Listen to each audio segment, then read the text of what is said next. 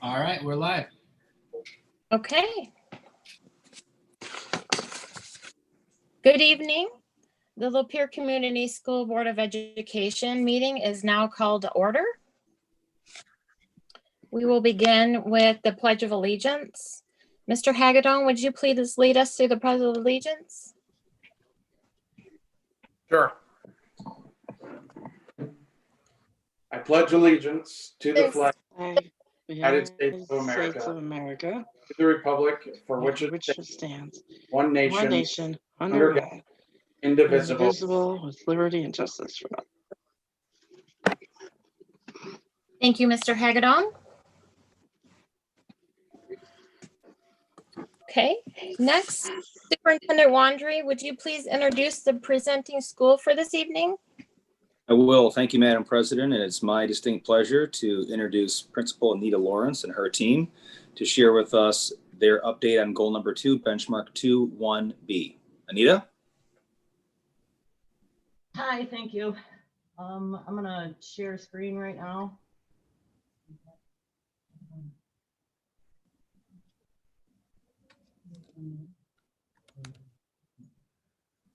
Hit share.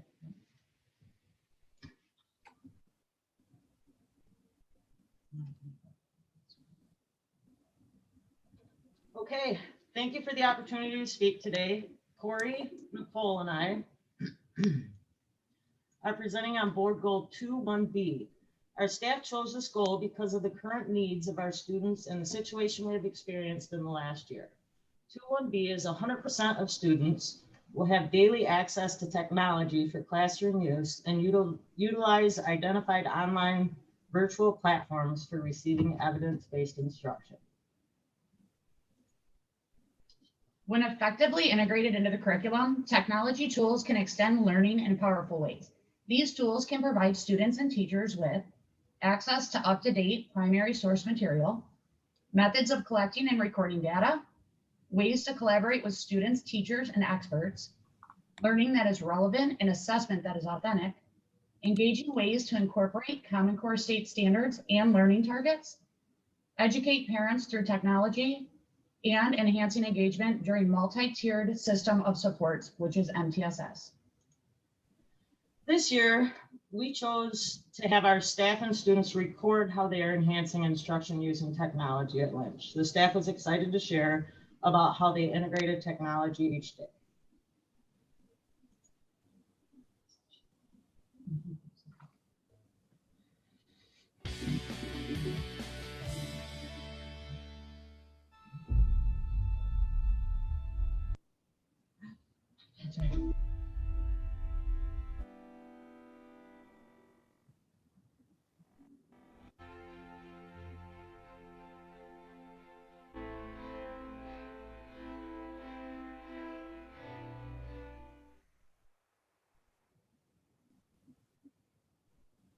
One way we integrate technology in the classroom is by using Zearn. Zearn is a math standard-based website that allows kids to work through different levels and that are all aligned to the standards for 3rd grade or for any other grade if you want to bump them up a grade or down a grade to extend or to reteach. This is a great piece to use if you're trying to differentiate between the different math standards and you want to push your kids.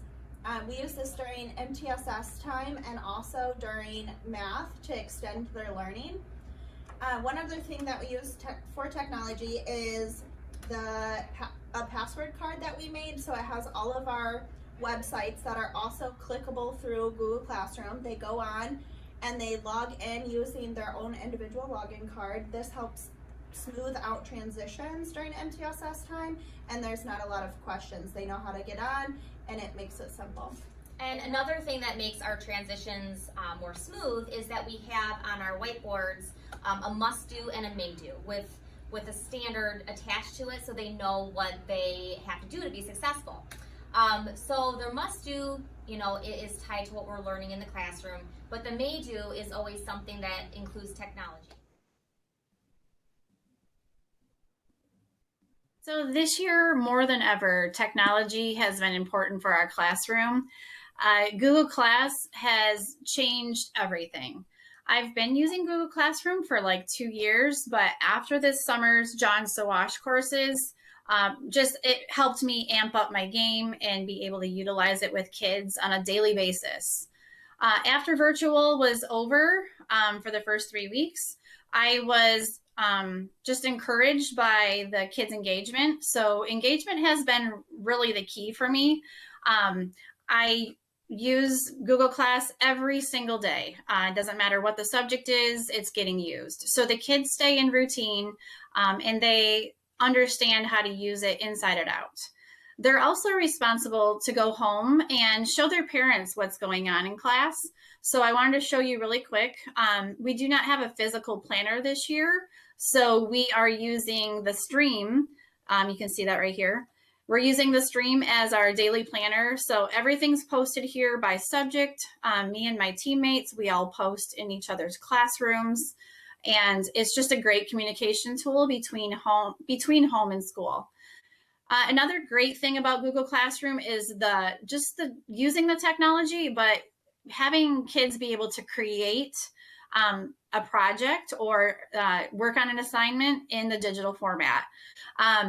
Again, Google Class has just been an excellent tool for me. And really, I don't think I would ever go back. Just using technology in this way has strengthened the kids' routines and procedures.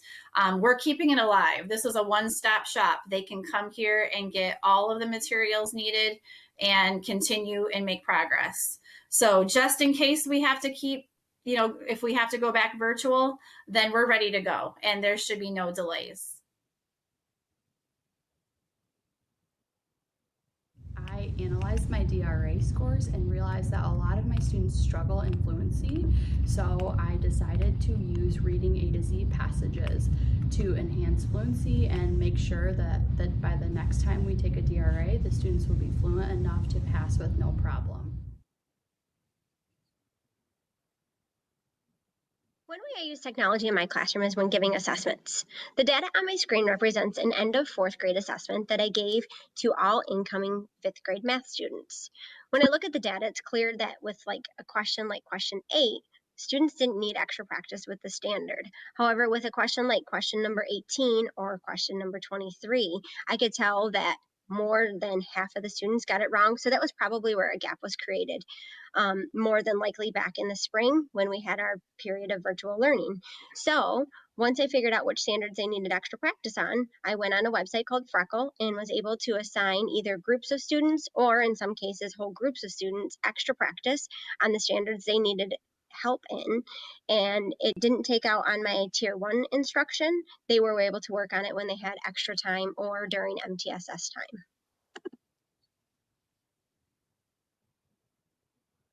For me, when I'm running small groups, especially when we're doing it virtually, I'm able to provide them on the screen digital print. So at home, they're not going to have the books, or I can use it in small group here and they can read the books back at their seat on their Chromebooks. So here is an example of something that they're going to see, and I can click through, we can talk about it, we can preview the text, I can highlight this piece right here, and I can talk about how this is a compound word. And my students were able to do this readily without much practice because they do have the exposure of the small group practice reading to themselves and all the other pieces of the Jan Richardson's model.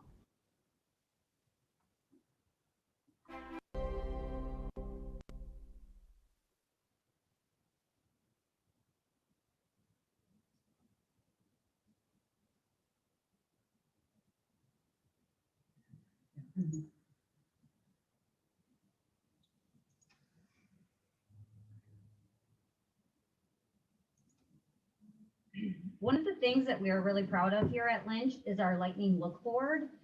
We did present on it a few years back, but if you are unfamiliar with our Lightning Look Board, it is a system that has allowed our teachers to invite one another into our classrooms for informal observations. Some of the most valuable experience-based instruction is what we've learned from other teachers. We feel strongly that a lot of our professional development available to teachers lives right here within our 4 walls at Lynch. Over the last 2 years, we've had a large increase of instructional strategies based on our Lightning Look Board. So this year we decided, what can we do to make sure that we can still use our Lightning Look Board? So we decided to take the Lightning Look Board virtual. So here is our Lightning Look Board sign up, and it's on our weekly SMORE, and it's also on our Google Classroom page. So if you notice, there's 2 different colors. The blue is what teachers will put on there if they're looking for something specific. So if they want to go into somebody else's classroom and look for a certain essential or a specific math lesson, they can put the blue. The other color is the green, and that is when teachers want to highlight something. So for example, we've been working on phonemic awareness. So we have quite a few teachers who are doing a great job with it and really rolling with it. So they've put that they're willing to let other teachers come in and observe them.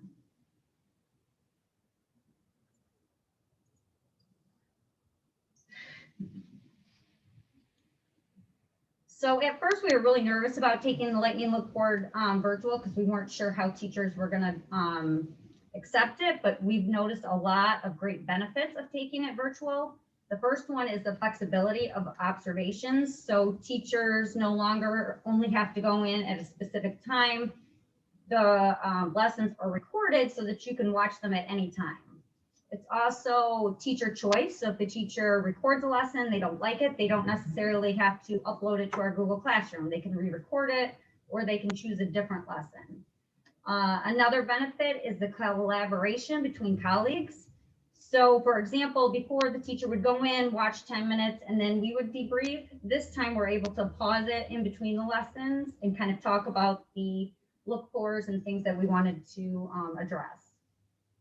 The last benefit is the itinerant teachers are now able to participate in the Lightning Look Board. We have 2 special teachers that are now pulling small groups. So we are able to sit down and look at guided reading lessons and kind of show them how to do that.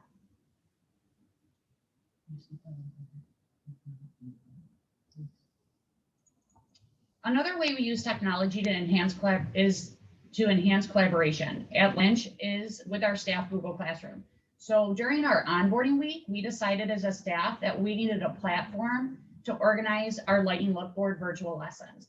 So as you can see here, when a teacher sees a look for on a Lightning Look Board, they record the video to highlight that essential, and then it's added right here to our Google Classroom platform for all of our staff to have easy access to. So as you can see, our staff Google Classroom is organized by our essentials that were chosen by staff after last year's linking walk takeaways. And everyone in our staff has access to that Google Classroom. Another important aspect of technology right now is supporting our students who are quarantined. One of our teachers was quarantined and zoomed into her classroom from home and taught all content areas just this last week. She also was able to zoom in and teach a small group MTSS lesson. And we wanted to show an example of a teacher supporting students at home as well.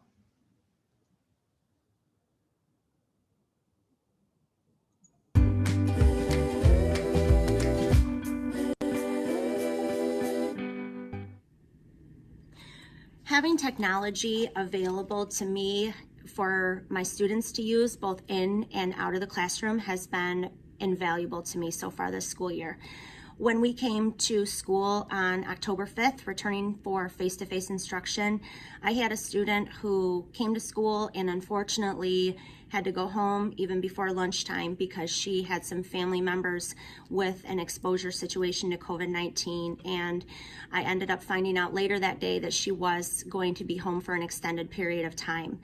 So immediately, my first 2 thoughts were, number one, how do I continue to provide her with the same quality instruction that she would receive in the classroom?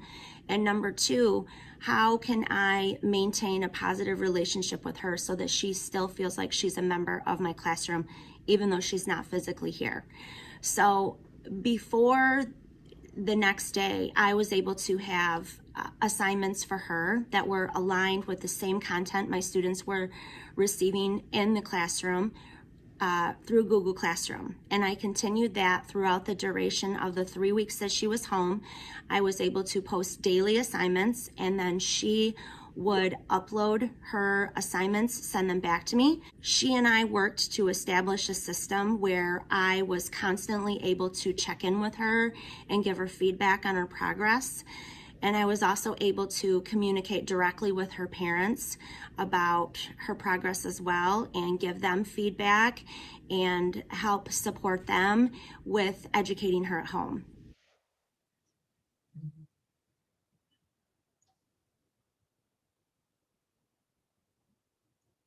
We also wanted to share with you what our students think about how technology is impacting their education and engagement.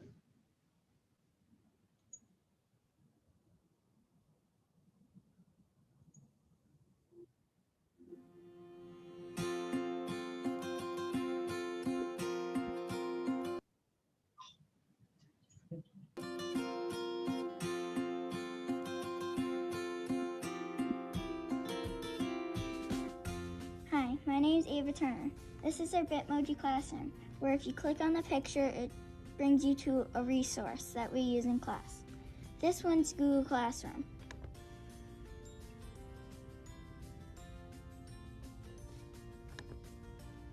This one's National Geographic Kids.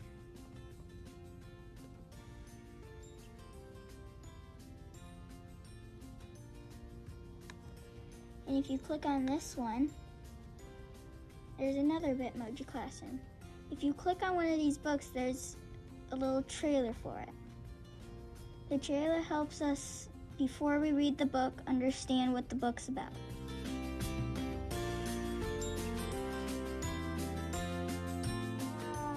Epic is fun because you can change your account emoji, and you can search for the books, and sometimes there's books for you on like levels, and you can change levels by reading more books, and there's more series about them.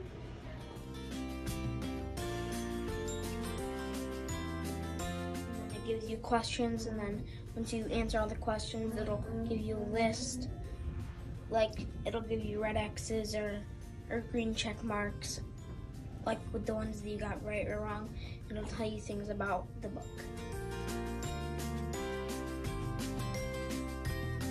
My favorite math program is Reflex because it helps me and my classmates with our multiplication and division faster, and then we learn more from it. How did you get the program Reflex? Then my teacher wrote a grant for it so that we could have this educational game. Hi, I'm Alex, and I think technology really helps because if you're sick at home, it helps you because you have resources and you have a Chromebook to take home, and it has resources on Google Classroom and that you can go look at, and it has everything that she posts, like the teacher posts and stuff. So that's how it helps me. These are the technologies we use in class: Myon, Zern, Epic, Prodigy, Dreamscape, and Freckle.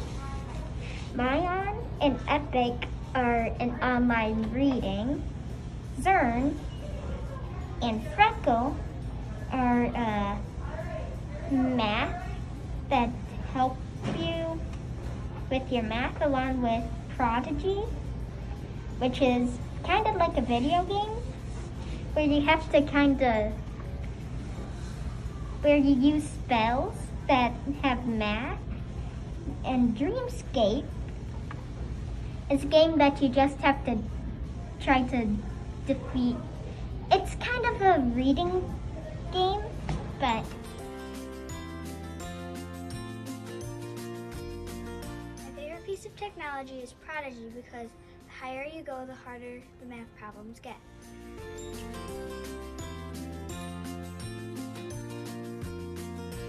The technology resources that we use in our classroom that I find helpful is ResKids. The Leader Fund bought the program for our school.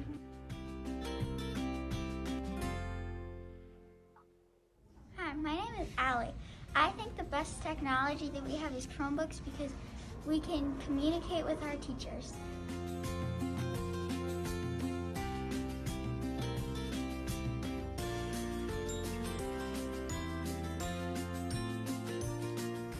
Hello, my name is Nicholas Alberti. My favorite piece of technology is Epic. If you search something up, it has your recent searches, like hockey. This program helps me with my reading comprehension.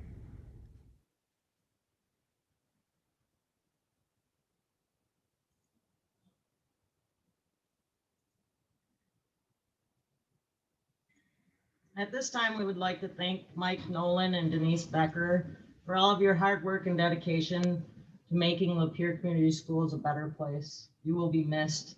And thank you for giving us the opportunity to share the amazing things that we do at Lynch.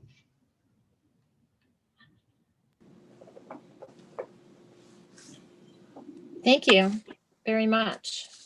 Any questions or comments?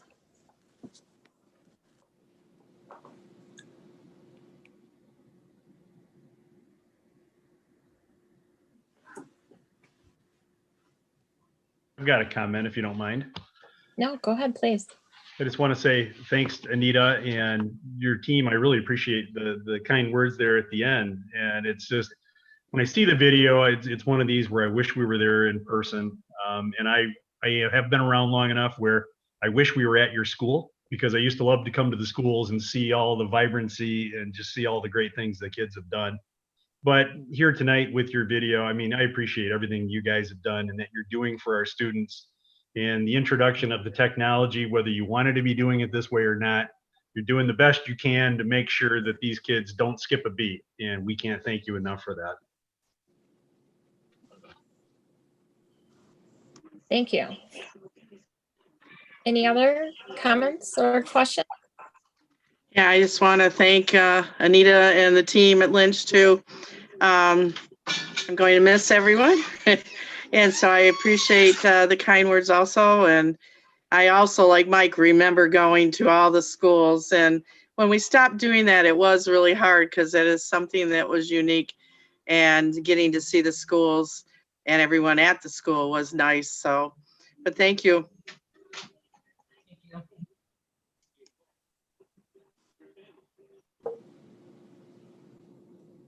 Summer, I just wanted to add the piece that I think, from our perspective, that's most important for all students. And you saw it, live and in color happening and manifesting itself at Lynch is the student engagement piece, because that's obviously one of the trickiest things to navigate in the remote setting, right? I'm sure anyone, if you're not a classroom teacher, you can recognize the complexity of trying to ensure a group of first graders are engaged is hard enough when they're sitting right in front of you. It becomes increasingly more complex when a portion of your students are quarantined, a portion are face-to-face. Obviously, we are trying to keep our K-5 student population face-to-face as long as possible.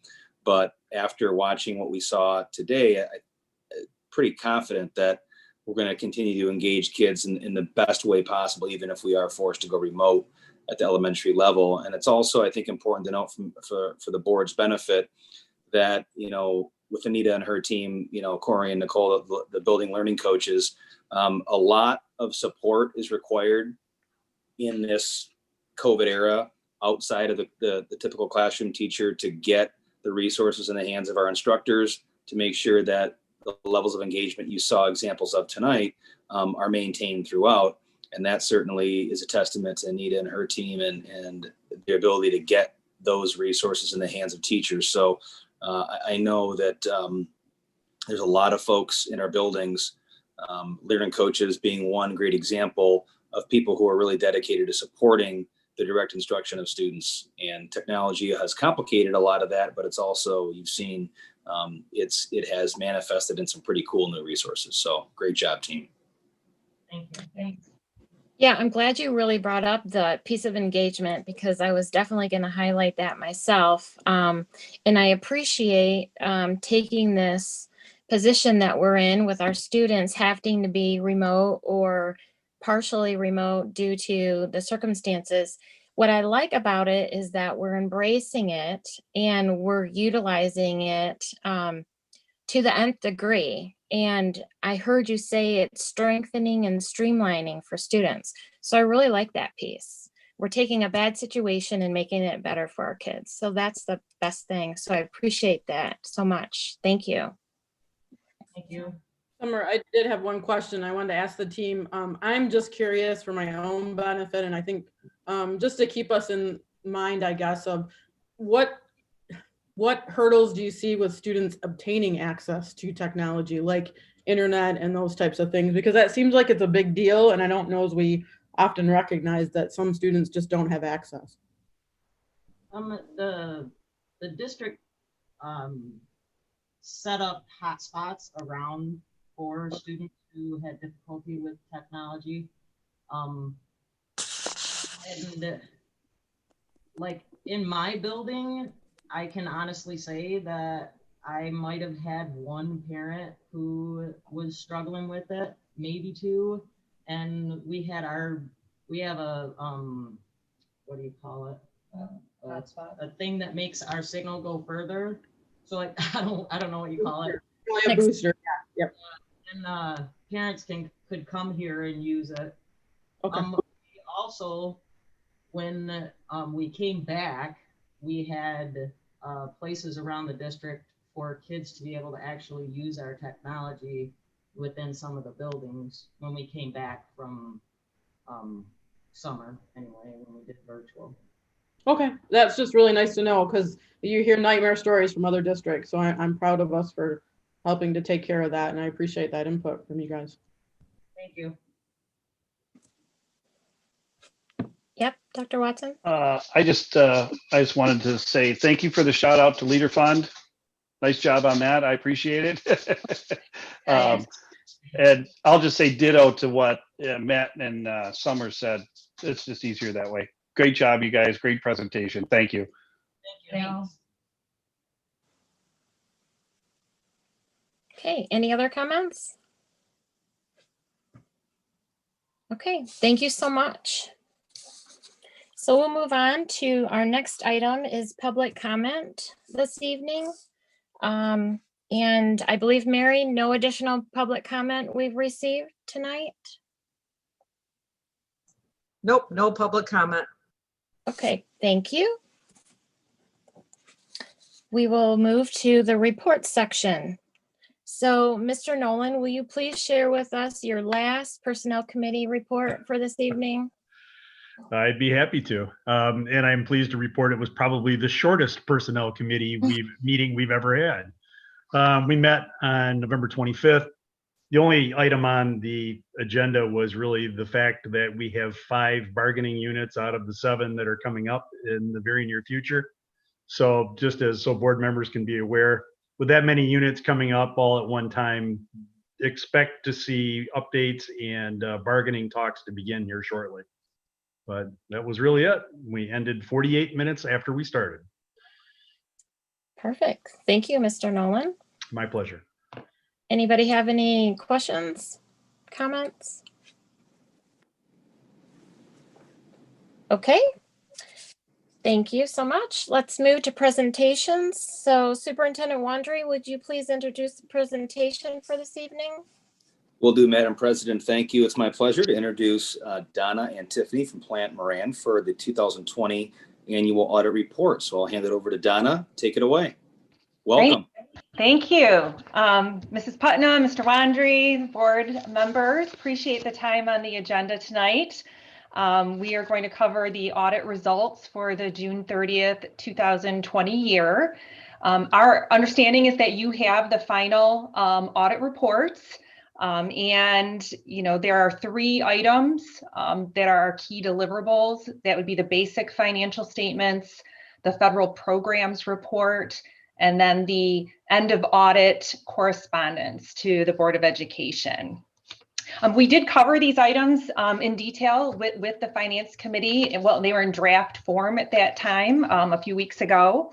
And for this presentation tonight, we are going to cover the graphs, which will touch on the highlights of the results of the audit, and then also include some historical and graphical information on the district. But to report out on the results, on the basic financial statements, we have issued an unmodified opinion. This is the highest form of assurance that we can provide as auditors, that the district's financial statements are fairly stated and materially correct and can be relied upon. As part of what we do in the audit, we do assess the internal controls and the processes and procedures the district has in place. And we had no deficiencies or findings noted related to the procedures we performed. You know, as we well know, 2020, a year, was not a normal year with the shutdown in March and many, portions of operations moving to a remote environment. We took extra diligence in evaluating pre and post shutdown processes to ensure that there weren't any gaps in those internal controls. I'm happy to report that the business office was very proactive to ensure that all the T's were crossed and I's were dotted, and that there were no gaps in any of those controls as a result of how operations were being done in some respects. We also reported an unmodified opinion on the single audit. So the single audit report is the report that details the federal dollars the district receives, those grant programs. The district, we tested as major programs this year. We were required to test the Child Nutrition Cluster program and the Title I program. The district has a record of positive audit results in the federal program area, which is important because then the district is deemed a low risk auditee. And we had no findings or question costs related to the programs that we tested. So good news there. Also included in those deliverables, again, as I mentioned, was the end of audit required communication. So this communication to the Board of Education deals with specific items that as auditors were required to report to you. It comments on the significant accounting policies of the district and where to find those, as well as any significant estimates that are included in the district's financial statements. We do call out in this section of the correspondence the MIPSR's pension and the OPEB liabilities. This relates to the amount of the liabilities that are allocated to Lapeer schools from the state-sponsored multi-employer MIPSR's pension plan. And we do have a separate graph related to that as well. If we had difficulties, conducting the audit or any significant adjustments, which we had none, those would be reported to you as well in this correspondence. So all good news there. I'm going to turn it over to Tiffany. Tiffany is going to go through the highlights from the actual numbers side that are in your audit reports. So this first graph shows the governmental funds balance sheet. So this would be presenting on the fund level or the modified accrual basis, which is the basis that the district budgets on. So this graph will present the major funds separately from all non-major funds. General fund would always be a major fund. And then the 2016 refunding bond is also a major fund. There's a couple of things I want to point out on this graph. The primary asset categories at June 30th were cash and cash equivalents, which was about 7.6 million in the general fund. And those restricted assets of about 3 million in the refunding bond fund, those are also cash and cash equivalents. They just have to be shown as restricted assets due to legal constraints. Another primary asset category would be the receivables balance, which is 7.4 million in the general fund. And what this consists of is the July and August state aid payment that was received after the district's year end. Moving down to the liabilities section, the largest category of liabilities would be accrued liabilities and other. And this consists of the July and August accrued payroll, primarily related to the teacher contracts that's paid out after year end. The state aid anticipation note is that short-term borrowing. That's a one-year borrowing, and it was about $3 million at year end, and that is paid in full in August subsequent to year end, and a new state aid note would be issued at that time.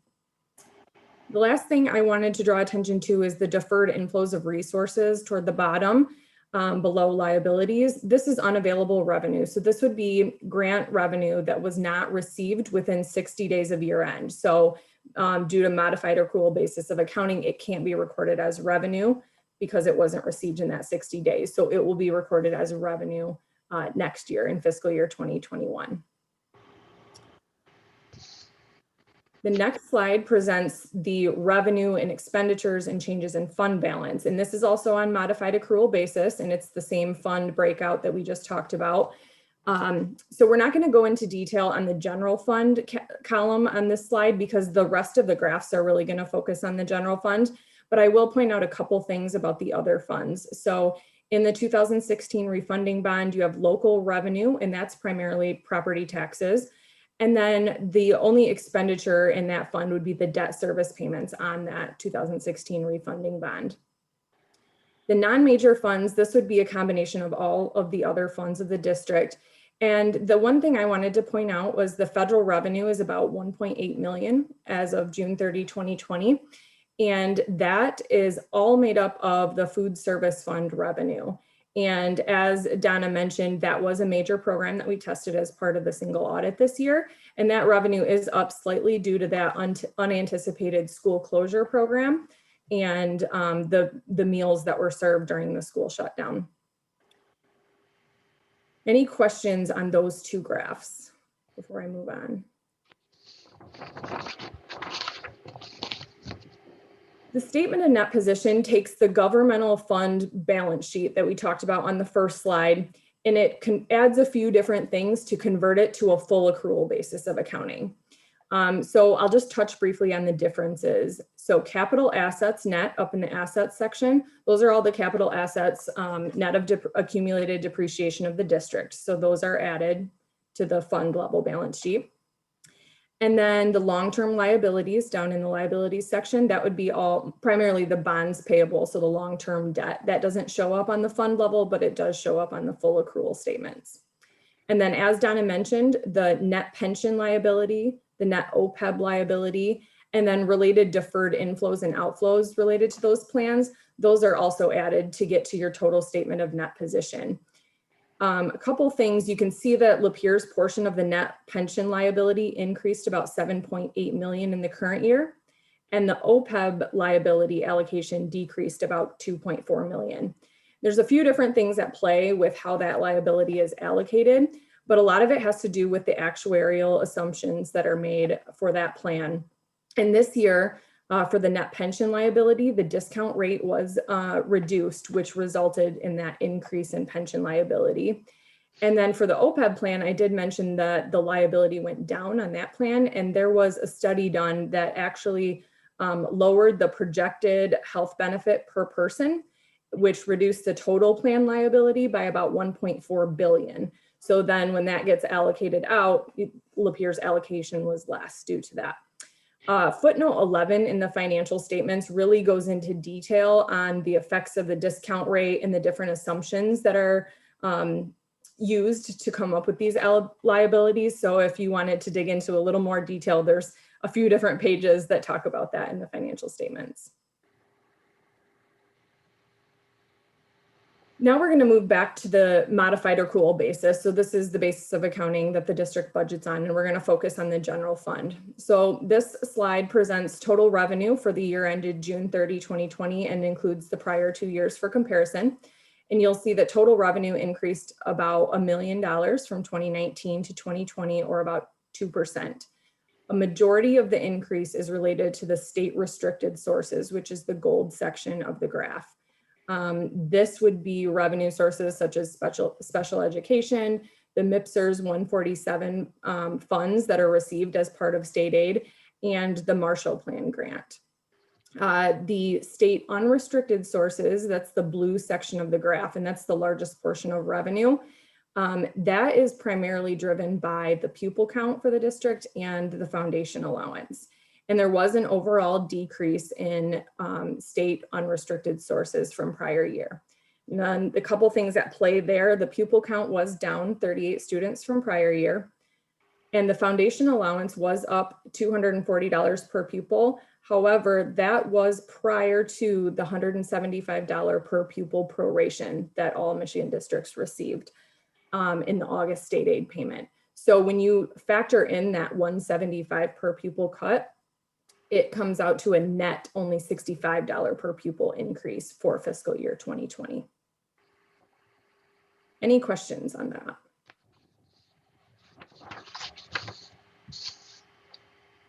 Okay, so as we discussed on the previous slide, revenue was up $1 million, about 2%. So on this slide, you'll see that expenditures also increased by about $894,000 or about 1.8%. This graph presents the expenditures by function. And if you look at the teal section, that is the instruction expenditures. And you'll see that instruction expenditures made up about 58% of total expenditures for 2020. And that is consistent with prior year's ratio of 58%. And then the second largest category would be the support services, which was about 37% for fiscal year 2020. The next slide also looks at expenditures. However, this slide includes transfers between funds, and it shows the expenses by function rather than object code, as we looked at in the previous graph. So the key takeaway on this slide is that salaries and fringes, the gold section, makes up about 85% of total general fund expenditures, and that is consistent with prior year because prior year was also 85%. And this slide really takes the results that we just talked about and it converts them to a per pupil amount. And as I mentioned before, the pupil count did go down about 38 students in the current year, which then drives up those per pupil revenue and expenditure figures.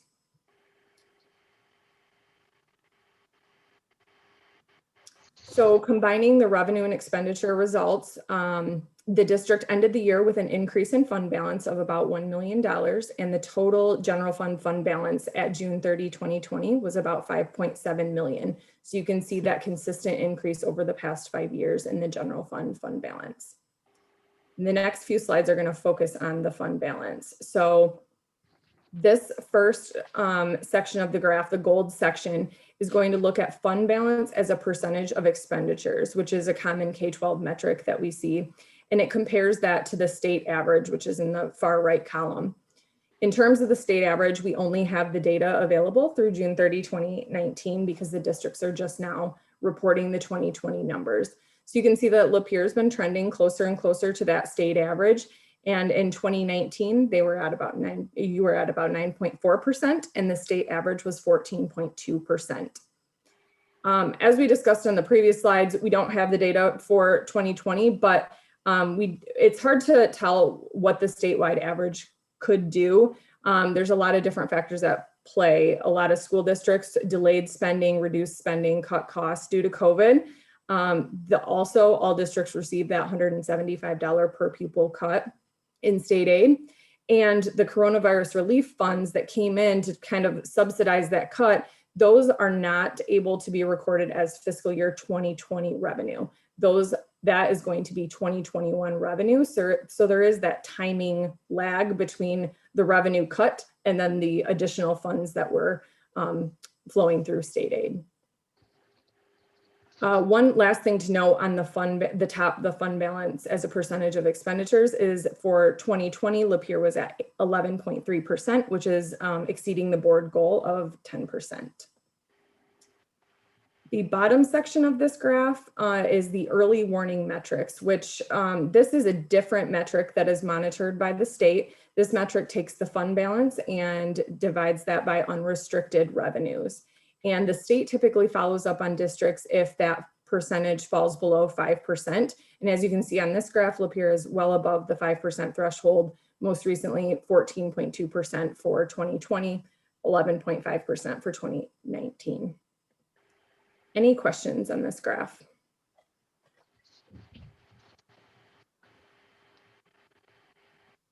Okay, this graph is a new graph that we added this year, and it looks at historical foundation allowance and historical student count for Lapeer. So the orange line represents the blended pupil count, and you will see the first year on the graph is 2009, and then we jump to 2015 and go from there for the next 6 years. So the orange line is the student population, which you can see has been trending downward.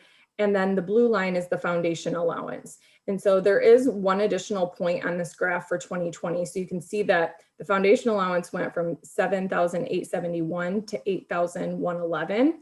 And that is prior to the $175 per pupil cut. So what we did was we added a second data point for 2020 to show the effective foundation allowance, taking that $175 per pupil proration into account.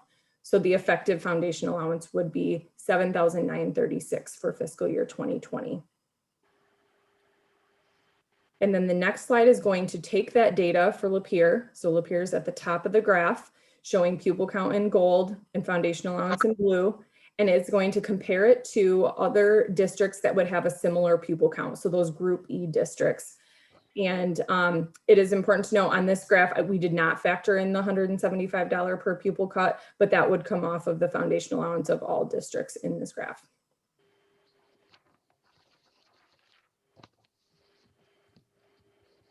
Any questions on the graphs before we turn it over and talk about fiscal year 2021 funding? No?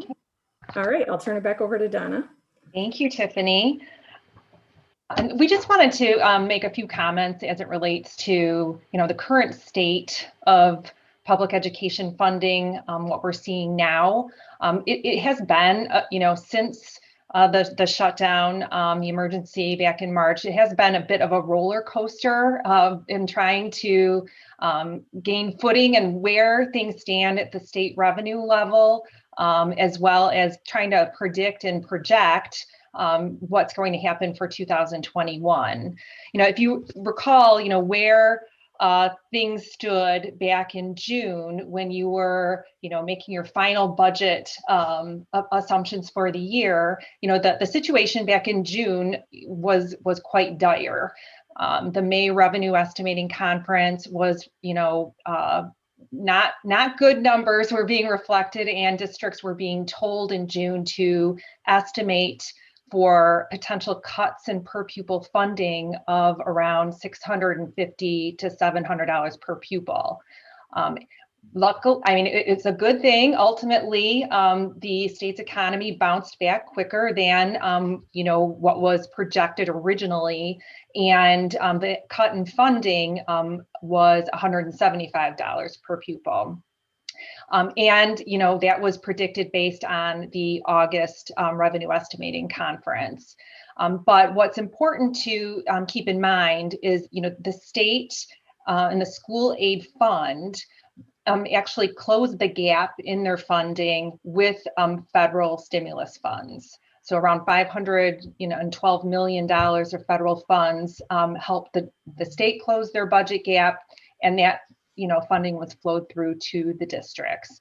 So there's still currently, some uncertainty as it relates to, as the duration of the pandemic continues on and we see additional shutdowns, what that ultimate impact to the state economy is going to be and how that translates to the school aid fund.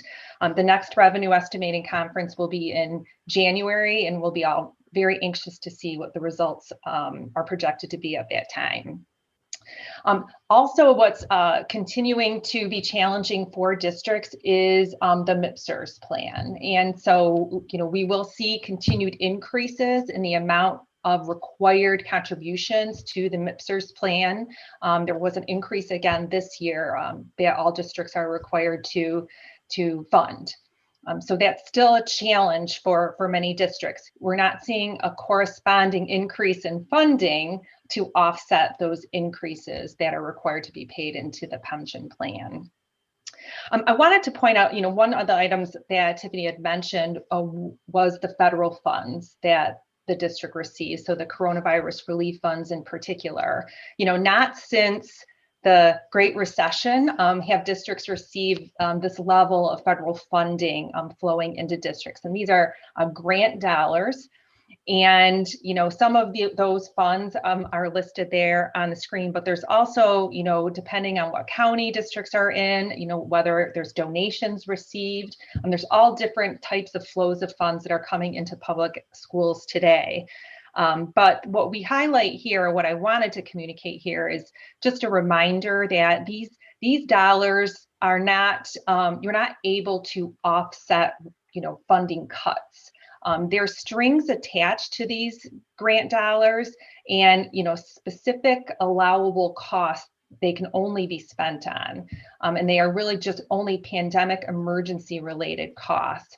So when you hear of cuts in funding but you're receiving federal dollars, it's not necessarily a match because you can't just replace that revenue with these federal funds. They can only be spent on grant defined expenditures.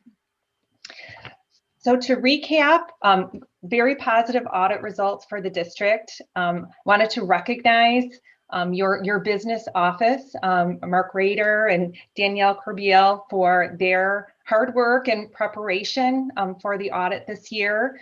They were well prepared and did a great job in being ready for the audit team. I also do just want to acknowledge too, I know it is Mrs. Becker and Mr. Nolan's final audit presentation. I know that you've sat through presentation from the auditors for many years, and you have a long history of knowledge and understanding of the audit that will be missed, of course, but thank you for all your contributions to the process over the years. And we're happy to answer any questions you might have. Okay, thank you. Any questions from the board?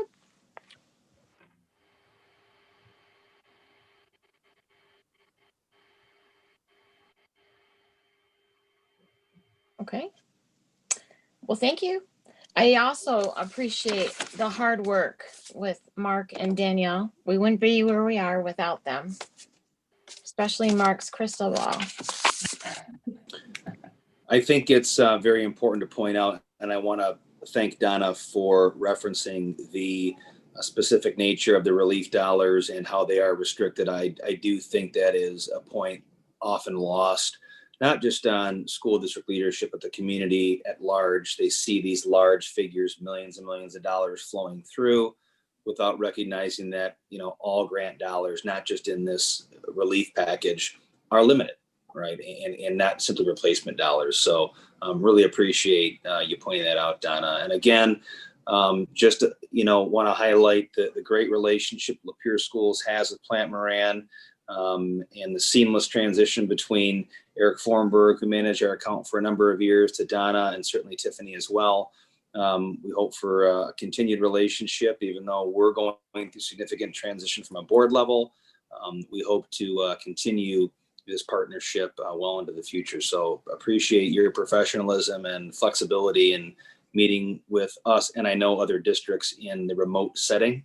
These are challenging times, but we very much appreciate the depth and the degree to which you try to educate all of us on some of the complexities of the ins and outs of the audits. Great. Thank you. Well, it's our privilege to serve the district. Thank you. Thank you. Okay, we will move into the action items of the agenda. So we have two action items. One is the consent grouping, the approval of minutes of the November 4th, 2020 meeting. Anything that needs to be removed from that item? Okay, hearing none. Mr. Nolan? I move that the reading of the minutes be waived and that they be approved as presented. Support. I second. Okay, I have a motion and a support. Mr. Nolan? Aye.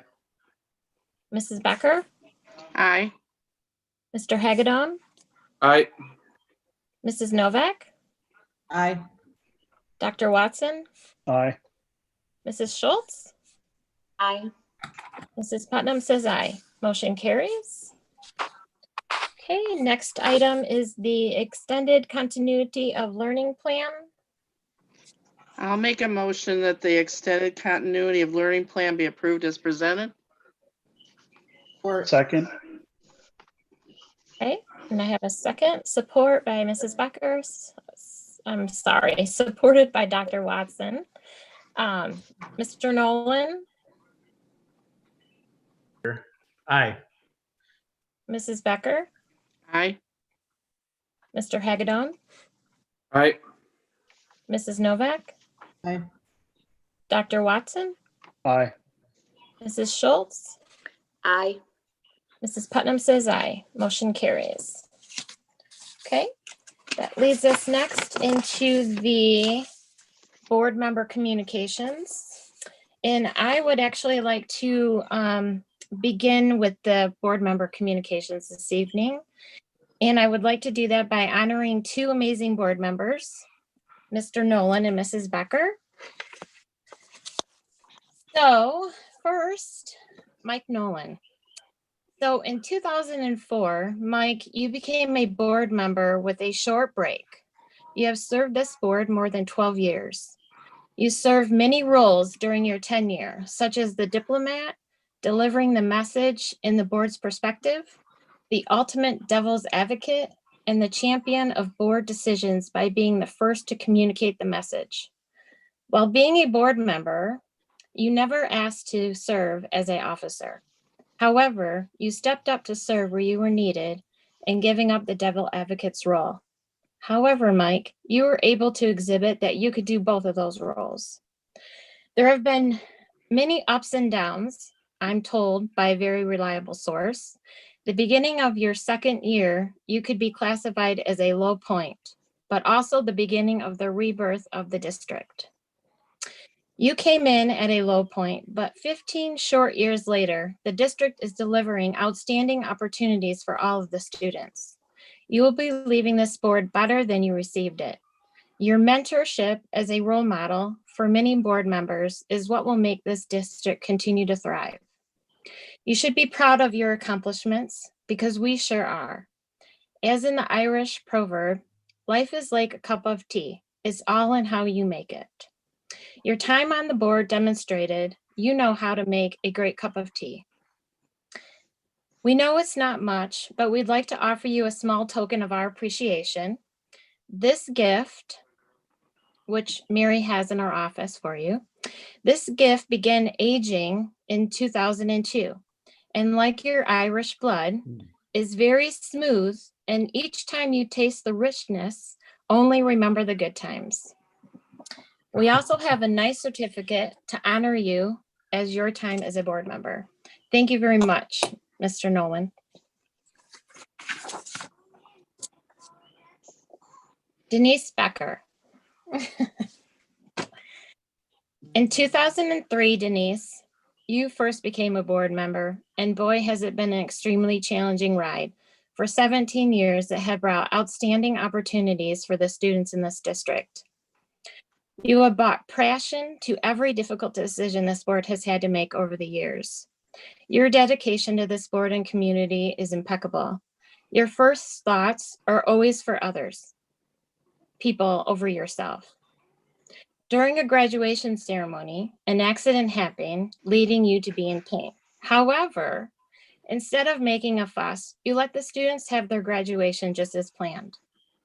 Then you headed to help seek some medical attention. On another occasion, another accident happened while you were serving the community. During your healing, you never missed a board meeting. Your heart is always in serving the students and community surrounding you. The craft sale for project graduation is just one of the many ways you continue to volunteer to help the students in our district, even after your children are all grown and out of the school. We appreciate you and all the help you have provided in supporting all the opportunities created for our students. We are very proud of everything you have done and continue to do for the district and community. We know it isn't much, but we also would like to offer you a small token of our appreciation. It is time to make yourself a priority, relax, and enjoy that cup of tea, making memories with your family and friends. We also have a nice certificate to honor you as a board member as well. Thank you very much. Okay, so I would like to open it up to others if you have any other board member communication. I guess I'll go first. If that's Go okay. ahead, Lisa. Yep. Okay. I just want to say thank you to you both, Mike Nolan and Denise. Mike, you were a big part of why I am here. I remember talking to you about it, and you were very honest but encouraging at the same time. And I really do appreciate your words and your advice over the last, I don't know, am I my 4th year, I think? Not very many, but hey. So anyways, I really do appreciate you always have the right thing to say, and you're just so knowledgeable. It really is very helpful. We're going to greatly miss you. Denise, I was honored to work with you last year with Project Graduation, and it was just such a great experience. I really appreciate you and appreciate all that you do for our students. I will definitely miss you, as I will miss Mike as well. But luckily, I'm hoping I'll still see you at the farmers market as we run into each other frequently. So again, thank you both. You're both going to be very, very, very missed. I'll jump in then again. You'll hear it a lot. Thank you both. I've had even less time. Lisa, you had 4 years at least. I've had 9 months, and that's just monthly. So unfortunately, I haven't had a lot of time. That may be a good thing. So, you know, Mike didn't drag me to the dark side or anything like that, but we'll see what happens there. We'll try some tea with you, Mike, sometime. It sounds like it'll be good. And Denise, yeah, thank you for all your help and support, and you know, both of you for taking care of the children, the kids in this school district. That's what you guys have taught us. That's what I've seen in the last 9 months. That's your only goal with being on the board, and I appreciate that for my outlook moving on from here. And I hope that I can do you guys proud and continue the great service you've done. The other thing I need to pass along is, unfortunately for Leader Fund, we probably won't have a cornhole tournament this year. We have a couple more than 8 or 10 people in that building at a time. So I think that'll be off. So we're going to look for some other possible options to put some money in the coffers. So we're ready for next year. We're planning on still getting the fall leaders that we do the leader banquet for. And do some type of at least pass out their awards with the comments from their coaches or mentors, so that we can at least do the fall for them, and we'll go from there and take it one semester at a time. So, but again, thank you, and you will be missed. Okay. I'll go. To both of you, thank you.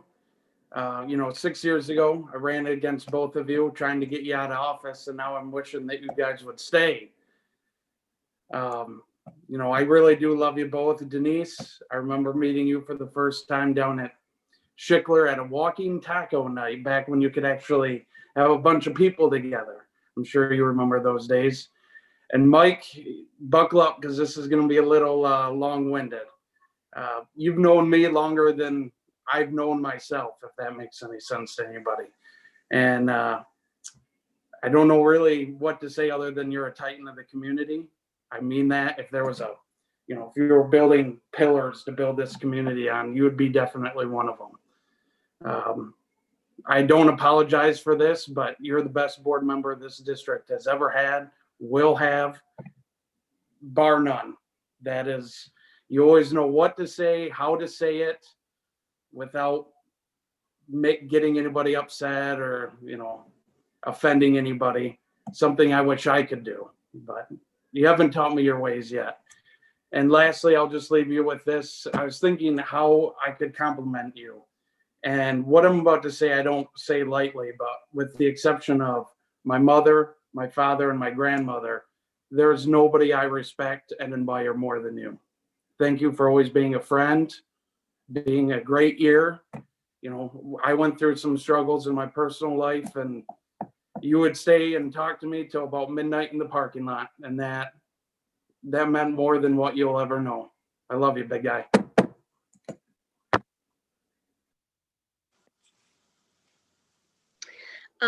So Mike and Denise, you guys are some big shoes to fill, that's for sure, for us newbies. Just from the past 2 meetings, Mike, what I've really noticed about you is what an encourager you are. And that really gives me something to strive for, because someone is definitely going to need to fill that encouraging spot that you've done. In preparation for this, I watched all the board meetings for the past year. And there is not one board meeting where Mike is not encouraging someone for something they've done. So I really appreciate that about you and your commitment. And Denise, that's a lot of years. That is a lot of years of service. And your dedication, it's just amazing. So thank you guys for always being there for our kids.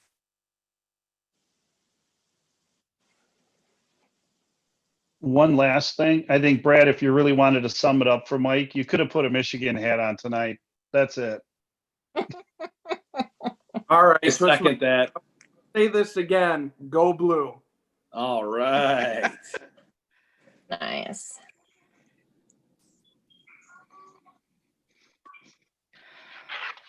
Okay. Denise, you want to give it a shot, or you want? Sure. I just can't say how much all these years have meant. I truly appreciate everyone in the district, from everyone at the ad billing and the cult team and Matt, to everyone in our community, because obviously we got voted in. And I truly appreciate all these years of being able to do this. When we first moved here in '96, my first experience was when the kids got enrolled in school and getting involved right away, especially at Irwin at the elementary level, and going on for all those years until I got elected to the board. So it's going to be hard to not be involved. I mean, as long as I can, I'll probably stay working with Project Graduation, but who knows, I may pop in a board meeting. It's just going to be really hard to be, but I still have grandkids, so I still care about what happens in this district, and they are growing up in our schools. So I appreciate it. I thank everyone for all their support and everything through the years. Well, we welcome you to any board meeting. All right, can I have a chance for a minute? Absolutely. All right, I appreciate that. I want to begin because with something, to me, the 2 most underrated people that I've ever worked with, yet were most responsible for pointing me in the right direction, making sure I stood up or sat up straight and did everything that I should do as a board member. And that's Karen Roden and Mary Moss, because no board operates without great board secretaries. And all of us owe them a huge debt of gratitude. The biggest thank you is for my wife, who has put up with all of this for so many years that it's incredible that we go to these board meetings, we go home. Now it's even worse because we are already home. And so none of our spouses can escape this stuff. So it used to be we would have marathon meetings. I'd still be upset about something or musing about something and get home, and unfortunately she'd be the face that greeted me. And so I could not have done this without all of her selflessness, because she allowed me to do it. Let's be honest. Lots of things happening in our family, like all of yours, and it was because of her that I was able to do it. I'm proud of the fact that I kept campaign promises over the years. I said when I ran and that my term was up, I was done. I kept those promises. And to all of you that are new, Lisa, you know this very well. Craig, you do also. And for the ones that are coming on board, you start to reevaluate your position on a board like this when you're in the middle of in my case, the middle of my son's Little League baseball game. And I was a coach and I had to leave because I had a board meeting. And you start to wonder, are you doing the right thing? But when you look back, you know you did. Service on this board is incredible. It got to the point where after I, like I said, kept my promise and got off, my kids were the ones that said to me, Dad, you need to do this again. And that is a great credit to our district, a great credit to its leaders. It has been an amazing opportunity for me to meet and work with just some of the most incredible people that I've ever worked with, doing something that we all love with nothing but the noble purpose of advancing our kids. There was never any selfish motivation that I could see in anybody I ever worked with. Politics went out the window, which let me tell you is very, very refreshing in this era. And we all got together to do one thing, and that was to advance our district. And I hope that during my time on the board, we've been able to do that. But we've been able to do that because we have been surrounded by so many phenomenal people. And I don't want it to turn into an award show, but I want to mention a few folks. And by doing that, I know how it goes. By mentioning people, I'm going to forget people. And if you're not mentioned, I apologize. I started down the road of public service because of a young lady by the name of Doris Rowland. Doris Rowland said to me, Mike, you need to get in there. And there are some things that you need to do in areas you can help in the community. And I think you might be okay at it. And I appreciate Doris for everything that she did and for pointing me in the right direction. And it was way back when, and I'm going to skip around a little bit, as I'm beginning sort of my career in in public life, I landed on a committee for looking at building projects and potential renovations in the district. And who did I have the fortune of sitting right next to? And who did she have the misfortune of sitting right next to during that initial committee meeting? Was a young lady by the name of Michelle Bradford. And Michelle was a teacher, and Michelle raised her hand during that first meeting, and she just blew me away. She was, I kept looking at her, who's this young girl? And gee, she really seems to know an awful lot. And I kind of figured out right then and there that Michelle would be destined to do great things in our district. And I was right. With Kim, I met Kim, of course, because, and this wasn't fair to Kim, Kim was Debbie Thompson's sort of right-hand person when Kim and I first got introduced to each other. It was hard to see what Kim was capable of because she was always working, and I hate to use this phrase, but underneath Debbie. And Debbie was the department head. And then, as you all know, Debbie went on to be the superintendent. Little did we know that Kim would go on to me. Kim, you found your niche. You are very, very good at what you do.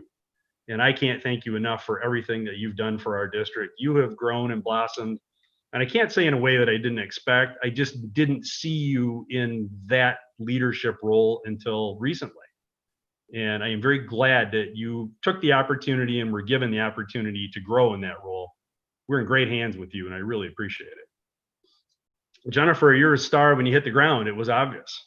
I mean, I've never given special education a second thought. Why? I didn't have to. And it's been great that you have been there to take over sort of the leadership of that department and handle subjects in areas that are very, very difficult to handle.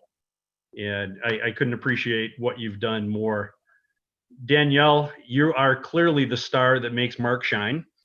And I appreciate everything that you've done to really help us out in that most critical for a board member area of finance, because clearly Mark has his trust in the right place.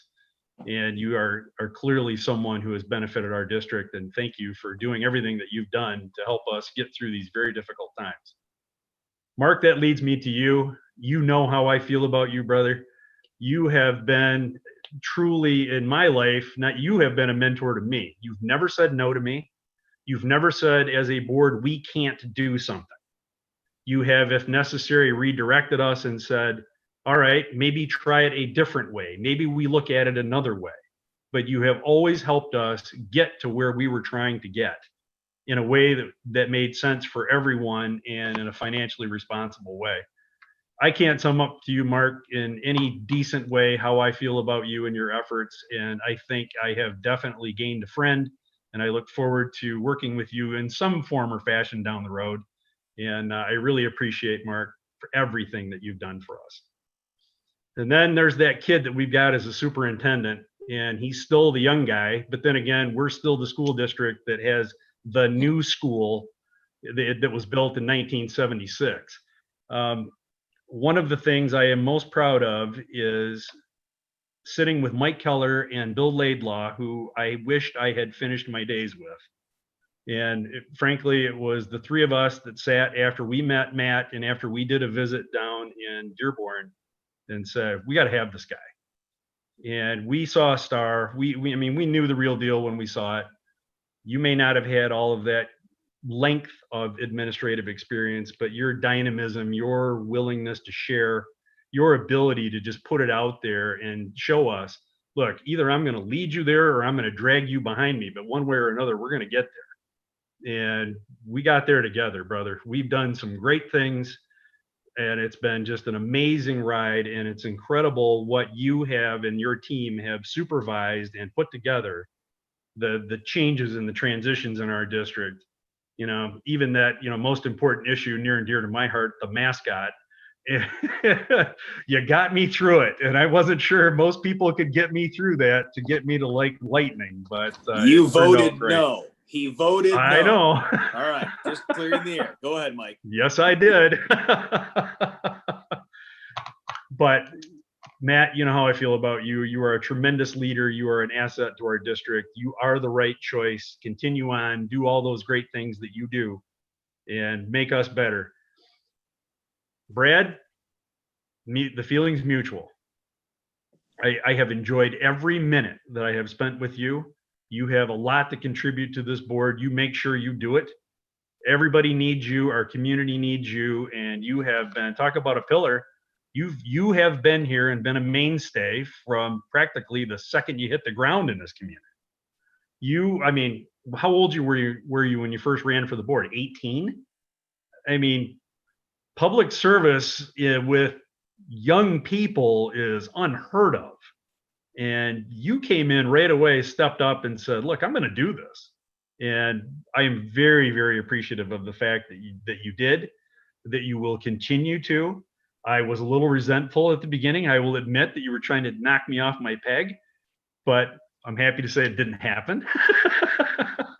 But you've got many, many great years ahead of you on the board, and I really appreciate everything that you've done, everything you're doing, and all of the words that you've said. Lisa, you're a star. You keep up the good work. You're the only one who says, I enjoy this finance. You're the only one who says, boy, these audit reports are a lot of fun. You actually said that. That's fun. And you are one who will lead us forward because you understand these things. You have a depth of knowledge and a background in education that, and I could be wrong. I don't know that anybody else on the board does. I mean, you make sure that you come out, you share your opinions and your thoughts because our community needs them and we need them now more than ever. It has been my privilege to serve with you, and I really appreciate the time that we've had together on the board. I look forward to seeing you outside of the board, and I hope that we can continue our friendship, and I can't thank you enough for everything that you've done. I'm going to skip up because I'm skipping around because you're the way you are on my screen. Lisa, you are the one that I've been waiting for. I've been waiting for you to join this board for many, many years. We all know how good you are. We all know how passionate you are, how much you care about kids, and the fact that you have now gotten on this board, I kind of chuckle. You know, I want to say to you, you don't know what you're in for, but you do. And because you know what you're in for, I appreciate what you're doing even more.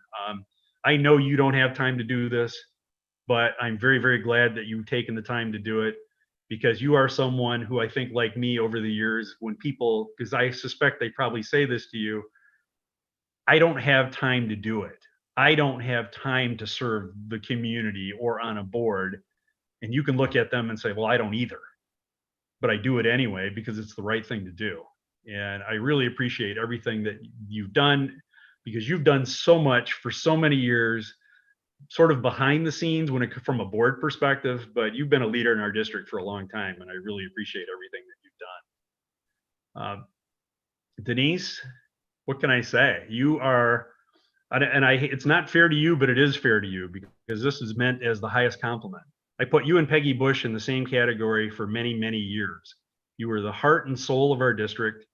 We never did anything or tried to pass anything that we didn't run past you guys first to see if it wasn't the right thing to do. You would tell us if it was the wrong thing to do. You would tell us if it didn't have the right feel, or if there was another more compassionate way to approach something. And, you know, you have been that person who has been there for so many years, for so many people. I agree with the comments that were made earlier by Summer. It's time you do something for yourself, because if there was anybody who deserved it, it's you. So I hope you enjoy your time away and that you have an opportunity to do all of those things that you've sort of set aside. If for nothing else or any other night on Wednesday nights, Denise, those are now yours. Craig, you are the guy that I'm counting on. I've told you this. Craig and I have talked a little bit. He teases me a lot. I'm going to miss the opportunity to tease him back. I think he and I could have become very fast friends and probably caused a lot of grief for a lot of you very quickly. Craig, from what I can see already, you and I, whether you like it or not, are sort of kindred spirits. You say a lot of the same things I do. I can tell by the look on your face, you're thinking a lot of the same things that I am sometimes. And you have talked about exhibiting leadership in the district. My goodness, you can't do much more than you have already. And then on top of that, you've added board service. So boy, are you a glutton for punishment. But the kids of our district can't thank you enough. You have done already probably more in your short few months on our board than I did in many, many years. You always you lead with your heart. And on this board, to me, that's the most important thing. You're doing everything you can, you're doing it for the right reasons, and you're doing it for the kids. And kudos, man. I can't ask for more than that of anybody. And I know you're going to help carry us forward. Summer, last but not least, you have stepped in, you have stepped up. You got in there when I think things were starting to be a little more contentious on our board for a very short period of time. And it was a very short period of time because, in part, you helped us end that contentious period. You're a guiding hand. You are a very steady force. You have a lot of good things to say. My only advice to you is I'd like to hear you speak more.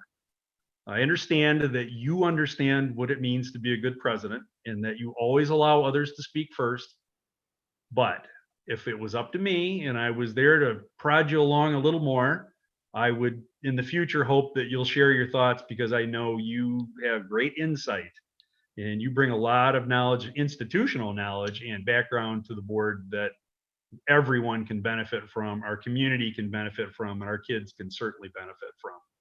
I appreciate your kind words earlier, and it has meant an awful lot to me to serve with you. And in no small measure, just a little bit, I really enjoyed my time with your dad as well. It's just, board service has been a blessing to me. It's introduced me to some great people, and that leads me to the very last sort of things that I want to talk about. It's the great people that I have worked with. And one of them on my screen is at the bottom left, and his name is Mark Meisner. Mark and I go so far back that Mark and I used to ride the school bus together on our way to Mayfield Elementary School. And it is people like Mark who, with just the selfless dedication to our district, who has done so much for so many, whether people realize it or not. Mark, you're the biggest man with the biggest heart who did the biggest job at the biggest times. And brother, you are the best. The fact that I learned this week that you're retiring, it just about made me want to cry. I'm not sure what we're going to do without you. And all of those folks that you have worked with and served with, I can't thank you enough. We can't thank you enough. And I don't know what you're going to do without having to solve on a daily basis all of our issues, but I'm sure you're going to find something good. And I hope that retirement serves you well. I hope you're happy and healthy. And Mark, thank you very much from the bottom of my heart. I've got just a couple of other people I want to mention real quick if I can, because these are the folks that helped me. Craig Irish, Pete Hagedon, Pat Hutton, Scott Warren, Amy Duncan, Wyatt Stevens, Doug Lindsay, Jared, Shad, I mean, you guys were amazing, but I'm going to take you all the way back and then I promise I'll stop. One of the very first board meetings I ever attended was at my alma mater, Mayfield Elementary School. And there was a brand new teacher there, this young lady by the name of Tracy Chenard. And I am so old, and it was so long ago that we were learning about using, you know, those crazy programs like PowerPoint. And we were taken into a first grade class where the first grade class gave all of the board members a demonstration on what it was like to use programs that I have to be honest, at that point, I didn't know how to use. And Tracy had these little areas set up and she had blinder boards and she would ask questions and they had these popsicle sticks. And she would ask questions and now we have all of the clickers and the automatic feedback through computer and everything else. Tracy had it set up in her classroom so these kids couldn't look at each other or cheat if they tried. She would ask a question and they would pop up with their little popsicle sticks and she got instant feedback from her class as to whether or not they understood the lessons that day. That has stuck with me from that day on. The innovation in our district is incredible, and it has just been my pleasure to serve. And I look forward to watching all the great things that all of you will do in the future. Thank you very much. Thank you. Definitely you and Denise will very much be missed. So with that, I'll turn it over to you, Superintendent Wandry. Thank you, Madam President. Just a few quick items to get to here. Again, I want to thank Danielle and Mark for their work through the audit process. I think we all recognize, especially during the year of COVID, how challenging it was to predict where we'd be. Obviously, looking backwards, the last fiscal year, certainly we sidestepped a few landmines. But not without their leadership, their guidance, and their relationship with our audit team. So thank you very much to the two of you. Anita, Corey, and Nicole, thank you very much for a wonderful presentation this evening. Certainly very proud of the work happening at Lynch and all across the district with our efforts to keep students engaged. And then I would like to make a few comments this evening as well. First, I want to start with Mr. Meisner. Mr. Nolan alluded to Mark's retirement, and it is official. He's going to actually retire this time. He tried retiring once, and just when I thought I was out, they pulled me back in, right? Famous quote. So Mark came back, 43 years of service. You know, I'm 44 years old. I've been on the planet for 44 years. Mark Meisner's worked for this district for 43 of those years. I can't even comprehend that amount of time. It's remarkable to me. There are a lot of people,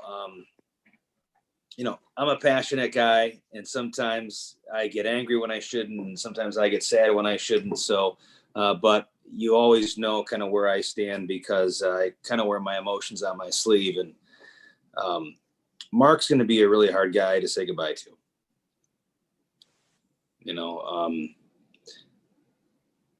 This is a guy that, talk about not saying no. I've supervised a lot of people. I've never met someone who took their job as personally as Mark Meisner. Personally, to the degree that I think he drove himself a little crazy sometimes, working as hard as he did, but that is a man who will move heaven and earth to get the job done. A, because he's got a personal pride in delivering, but B, because he's just that dedicated to Lapeer schools. And he lives and breathes defending this district. He and I have had many conversations about the struggles he's had in the community, defending Lapeer community schools against some maybe in his circle that didn't understand why we were doing what we were doing. And you don't want anybody else on your side than Mark Meisner. If I'm going into a fight, that's the guy I want backing me up. And there just isn't a task that I spoke with Mark about. Now, he might tell me, Matt, I think you're crazy or it's going to be tough, but if that's what you want to do, we're going to get it done.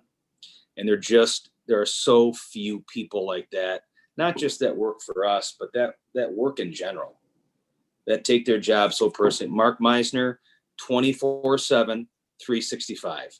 You call his phone, that man is available. There was never a problem, a power outage, a bus accident, snow day driving the roads at the crack of dawn, an alarm going off at one of the buildings on Saturday night at 8:30. Mark Meisner was there. Mike mentioned, some of our department heads never worrying about particular things. I never lose a minute of sleep about the operational capacity and functioning of our district because of Mark, because I know he's on it. And, I didn't hire Mark. I was just really, really fortunate to have someone of his caliber in the position that he was in.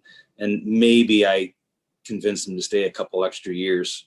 But Mark, we've got a couple comments here that people wanted to make about you from the Colt team. And I just wanted to read those to you right now. Mark Rader says that you are the ultimate dedicated individual to Lapeer schools. Time after time, how much you give selflessly to complete a task on behalf of the taxpayers of our county. When something needs to be done, operationally speaking, Mark has never hesitated to step up to the challenge and solve it with his wisdom and his ability.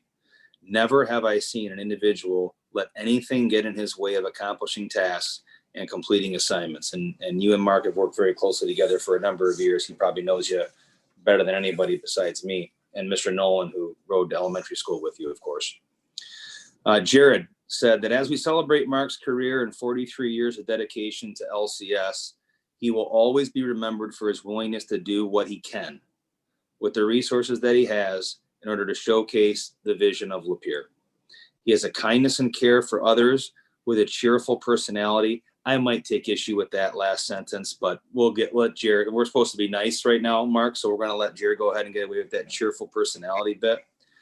That always leaves people with a smile. Oh, you know what? I'm sorry. I take that back. That was from Jen Tyndall. Now it makes more sense. Jen I was wrote. going to protest. Okay. Yeah. Jared didn't want to be taken out of context. That was from a much nicer person than Jared, which is why she wrote that. Okay. Jared writes, with Big Mike, that's Mark's affectionate nickname that Jared and I gave to him many years ago. No one ever had to wonder if the job would get done. He's been getting the job done for the district for decades. I must say it is actually hard to imagine the district without Big Mike. Every problem needs a solver, and that's what Big Mike is for us. He will be sorely missed. And Michelle Bradford wrote, Mark moves people to work toward a goal that benefits everyone and problem solves with you to achieve that goal. No matter the situation, he does not shy away from addressing the problem and is solution seeking. Mark is honest in his conversations. When I first started as an administrator, he modeled for me how to have difficult conversations that were not personal, but professional. The same conversations were characterized as being open to others' ideas while remaining focused on the issue at hand, and always ending up with a plan of action. That is Mark Meisner. So Mark, on behalf of the leadership team in the district, on behalf of the 78 superintendents that you worked for that came before me, the countless board members, all the students that you have served and indirectly benefited over the years, all the projects that you supervised, all the people that have worked for you and that you've worked with, we thank you from the bottom of our hearts for 43 years of service. Tomorrow, if you decide to come to work, I want you to come to my office. You're going to get this plaque, certificate of appreciation, signed by Mrs. Putnam and myself. But, I'm going to miss you, buddy. And you live 4 minutes away, so I'm sure we'll see you around and, bothering me because you'll be bored in about 2 weeks. So I would get sad and say this is it, but as well as I do, be hanging around here in a week or two. So with that, Mark, did you have anything that you wanted to say? I know you like giving speeches. I don't, but I would like to thank all of the Colt team, the Board of Education, multiple and millions of people that I've worked with. It's going to be tough. It's going to be a little different, but I'm looking forward to the new chapter in life. But I do appreciate everything. All the kind words. It'll be different. and I'll be around. So thank you all. Thanks, Mark. Okay, I wanted to say a few words about Denise and Mike's departure, and I wanted to start with Denise. You know, one of the things that has always attracted me to our board, and I think keeps me as a superintendent very fulfilled in working with 7 very unique personalities, you know, and there's lots of change coming. So, you know, get to work and meet with new people, is that this board does not have an agenda, collectively or individually. And if there's one person that I think embodies this more than anyone else, it's Denise Becker. Every human being has pet projects, has things that they have a particular interest in, maybe more so than others, like Lisa Novak liking, you know, the finance report. You know, we're all unique individuals, right? It takes a diverse group of people to manage an organization of this size. And I've always said that if all 7 board members were exactly the same, we would lack the diversity we need to approach complex topics in ways that identify real solutions. Denise Becker, I know she has particular interests. I know there are things that she maybe appreciates or enjoys, or things that her children were a part of while students here in Lapeer. But I've never met someone who was so down the middle of all these issues and just had the ability with genuine compassion to interpret data and situations that we deal with as a board with so little bias. And that is a compliment that I would love someone to be able to give to me someday, but I fear that will never happen. And it's a quality in Denise. Dr. Watson, please don't shake your head no when I make those self-admissions. I can see you, right? So you know that. I mean, when you're sitting at the end of the table, I can't see the eye rolls. Okay, blocks the screen out, that helps. But Denise, it's a characteristic trait in you that I so deeply admire. And I don't think that our community knows the depth of the personal loss that you've had to manage through in the last several years. And the fact that you didn't just walk away from this board in the midst of some of the horrific circumstances you and your family have had to endure is a testament to your level of dedication and commitment to the students and to your post as a board member. And I have the deepest respect for you, Denise. And, you know, someone who has given her children, her grandchildren, to Lapeer and trusted us with that great responsibility. You also have a son and daughter-in-law who are employees of the district. There's not a lot of people that can say they're more connected to this place than you, Denise.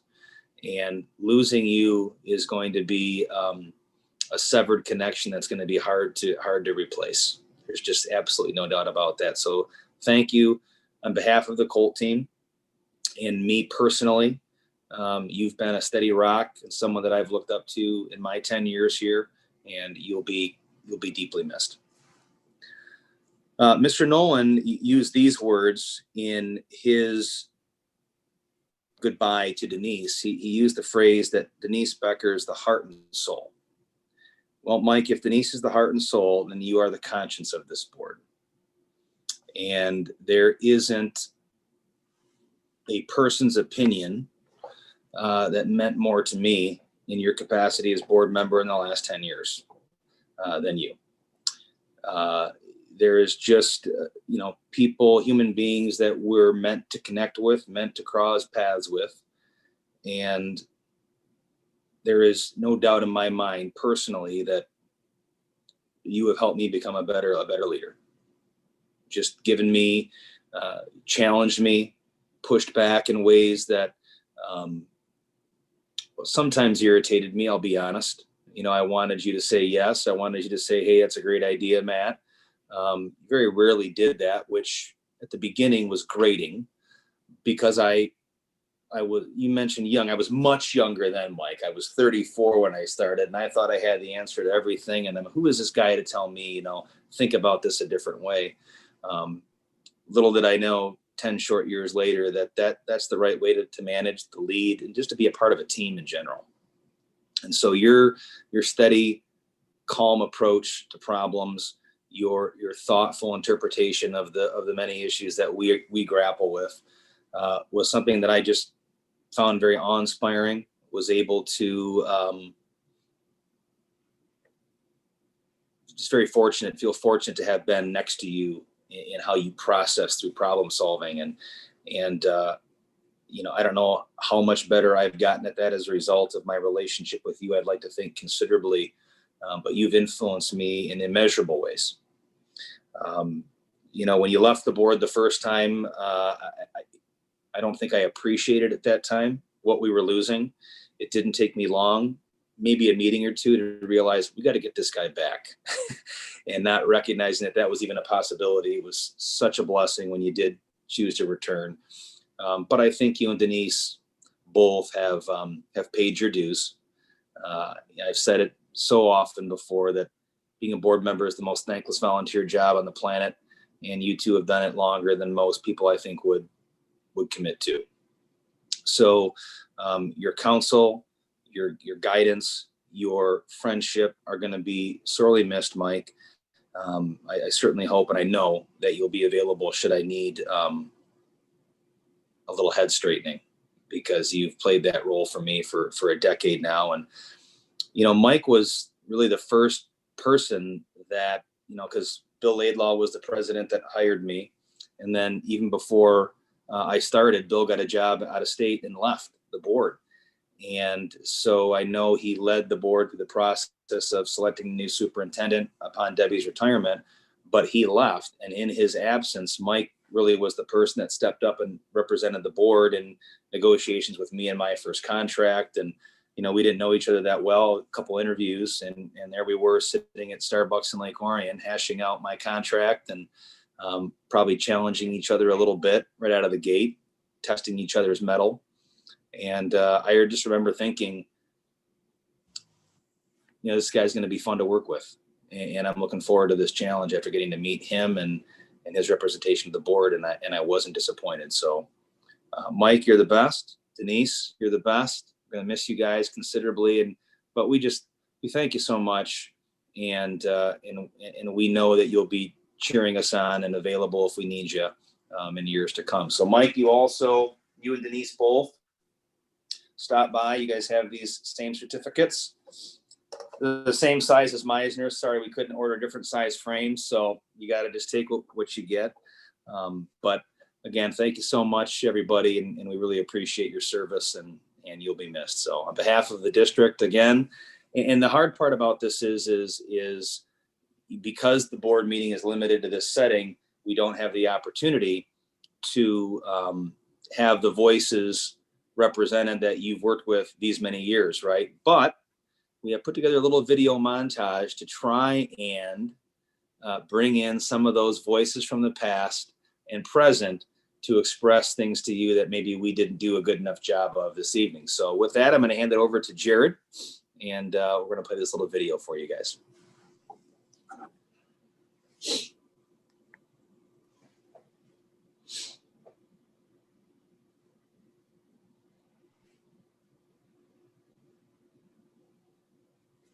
Oh.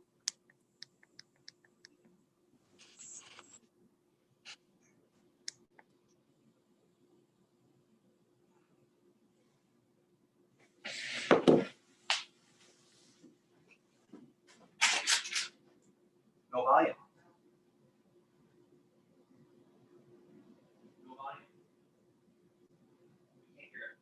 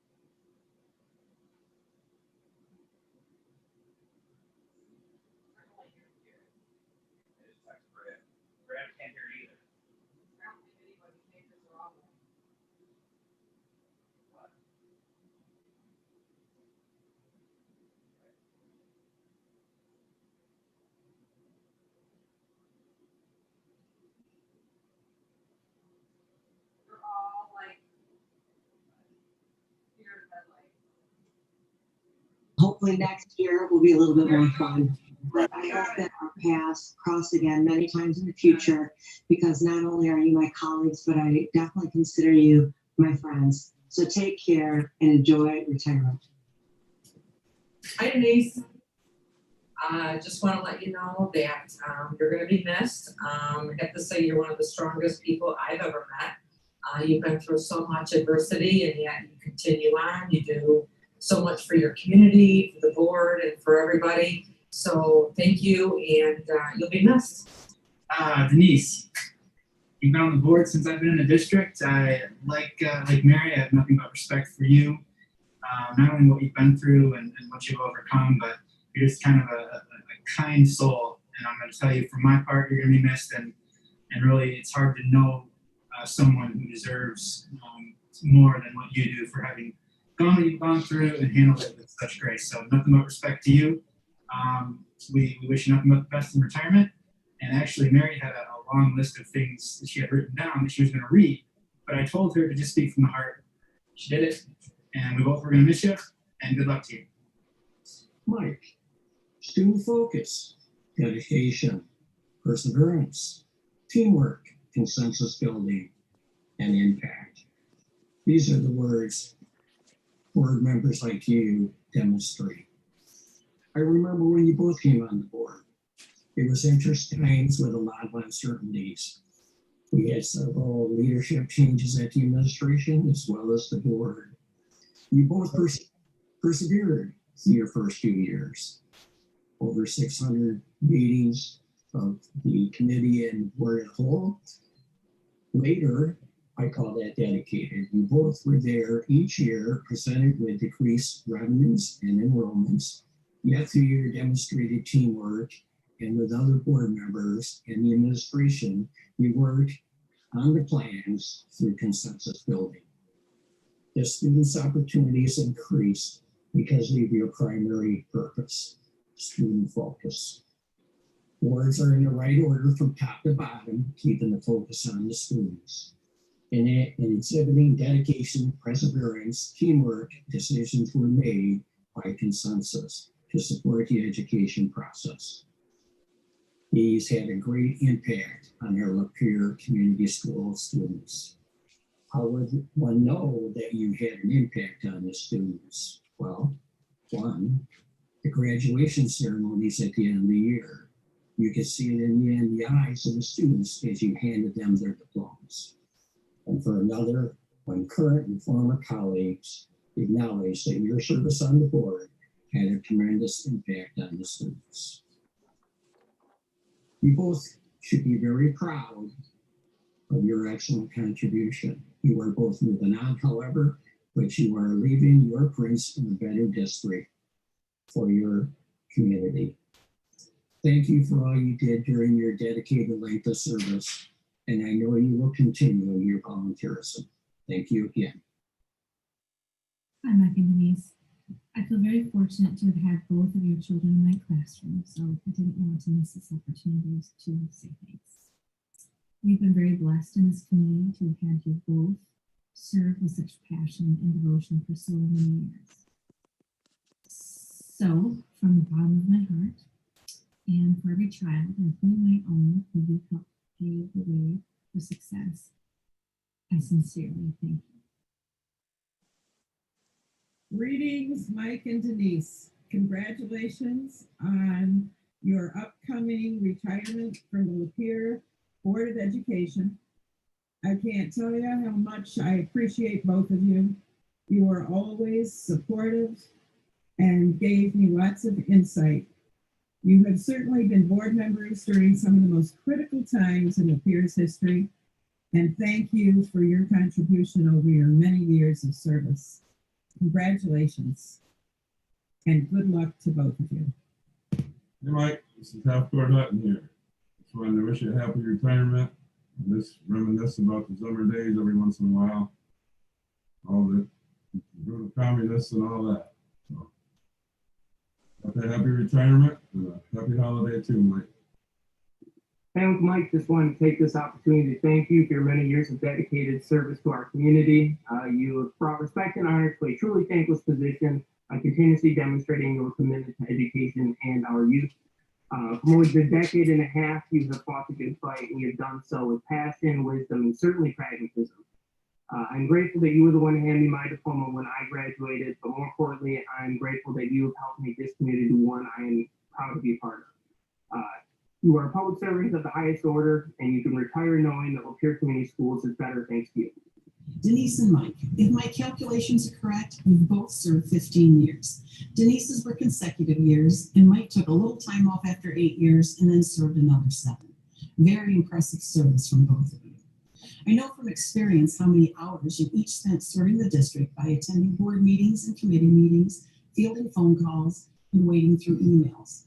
I also know you spent a lot of time reading and rereading board policies that were being revised, textbook adoptions, superintendent evaluations, bond campaigns, overseeing construction on buildings, reviewing and approving budgets, awarding bids, district restructuring, closing buildings, merging high schools, bargaining and employee contracts, budget development, course selections, curriculum, technology changes, overnight and out-of-state field trips, audits, and commencement and handing out diplomas to graduating seniors, including your own children. You will be remembered as kind and dedicated servants who spent hours away from your own families to make our district better for our students and community. Bob and I thank you for your service. Hi, Denise. Hi, Mike. Hey, it's that time. 15 years went fast, didn't it? Time flies when you're having fun. Hey, listen, I wanted to just thank you for everything that you've done all of these years. When you think about where we started and where the district is today, you've accomplished a lot, and it's because of your dedication and your hard work that the district is where it is today. I know there's a lot of challenges ahead, and the district is left in good hands. You guys enjoy your retirement and take care of yourselves. Give me a call sometime. Bye now. Hi, Mike. It's bittersweet that we are saying goodbye to you. I have to say, in our journeys of life, there's many people that come and go in our lives. Some are uplifting, and others have something that they bring to us. And I just want to say that, Mike, you are one of the most selfless and caring individuals I've ever met. At every board meeting, you always have the most positive things to say about anybody that's speaking, stuff that they're passionate about, that they're working on. You're just selfless, you're caring, and you just have a way of uplifting people, and you will be truly missed for that and for many other reasons. We'll miss you. Mike, when I was thinking about what I wanted to say about you, beyond the things that are obvious, like Mary, I have nothing but respect for you. I have appreciation for how you handle yourself on the board, for your level of articulation, for your level of and your willingness to really put the district in the best light at all times. I was thinking I have to go back and look. I'm sure there have been board members in the past who have had more seconds than you've had, but there's no board member who's ever had as many people want to piggyback, because everything that you say is so on point. It leads everyone to want to piggyback off of what Mike Nolan just said. So I love it. I'm going to miss you. Nothing but respect. Happy retirement. Hi, Mom. Hi, Mom. Thank you for everything that you've done for Lapeer Schools and the community. You're truly an inspiration, and you will be missed. And congratulations on your retirement. We love you. We love you. Bye. Bye.